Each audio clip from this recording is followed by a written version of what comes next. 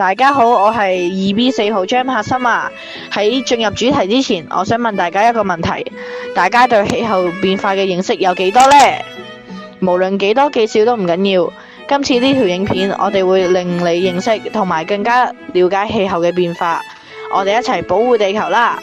喺今次嘅影片，我哋會分3個部分去講解，分別係氣候變化帶嚟嘅影響、香港所制定嘅措施，同埋個人可以做嘅行動。你知唔知氣候變化帶嚟嘅影響同問題有邊啲呢？答案係會影響冰川、海冰，生態系統會被擾亂，而且極端天氣事件都會增多。咁首先我哋嚟講下冰川先啦。冰川佢係陸地上形成嘅巨大流動冰塊，主要覆蓋喺南極洲同格陵蘭嘅土地上面。冰川仲會反射陽光輻射嚟保持大氣溫度平衡，但係全球增溫令到大面積嘅冰川融化，冰川覆蓋減少，令到陽光反射都會減少，仲會導致溫度上升。溫度上升就會令冰川加速融化，令到土壤外露，地表因為吸收咗嘅更多熱能，最終就會形成咗溫度上升同埋冰川融化嘅惡性循環。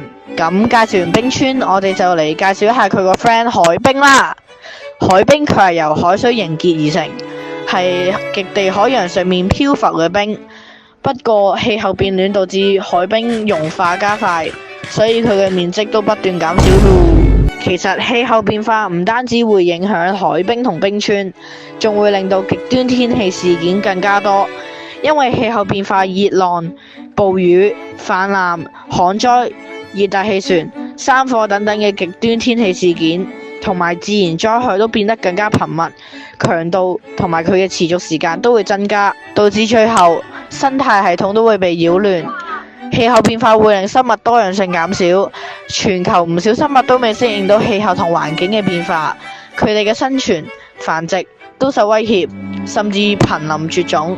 例如珊瑚白化，氣候變化令珊瑚變得脆弱，令到好多棲息喺珊瑚礁嘅海洋生物都難以生存，最終佢哋就會死亡，導致海洋生物多樣性減少。除咗生物多樣性減少，仲會令到物種遷移，一啲動物為咗適應氣候暖化，就會向比較低溫嘅高緯度或者高海拔嘅地區遷移。所以我哋可以得出一個結論，較暖嘅氣候會影響佢哋嘅數目嘅分布。咁講完影響，我哋就嚟睇下香港制定嘅措施啦。香港制定嘅措施包括改善城市計劃。首先，政府擴展鐵路網絡，改善行人路，鼓勵市民用交通工具或者步行。政府又提供綠色建築設計指引，資助業主進行大廈改善工程，減少建築物嘅能源消耗。唔單止咁，政府仲進行社區綠化，其中包括種植樹木同埋綠化天台嚟降低失去嘅溫度。最後，氣候行動刻不容緩，綠色生活保護地球，一齊行動對抗氣候變化啦！咁我哋下次再見，拜拜。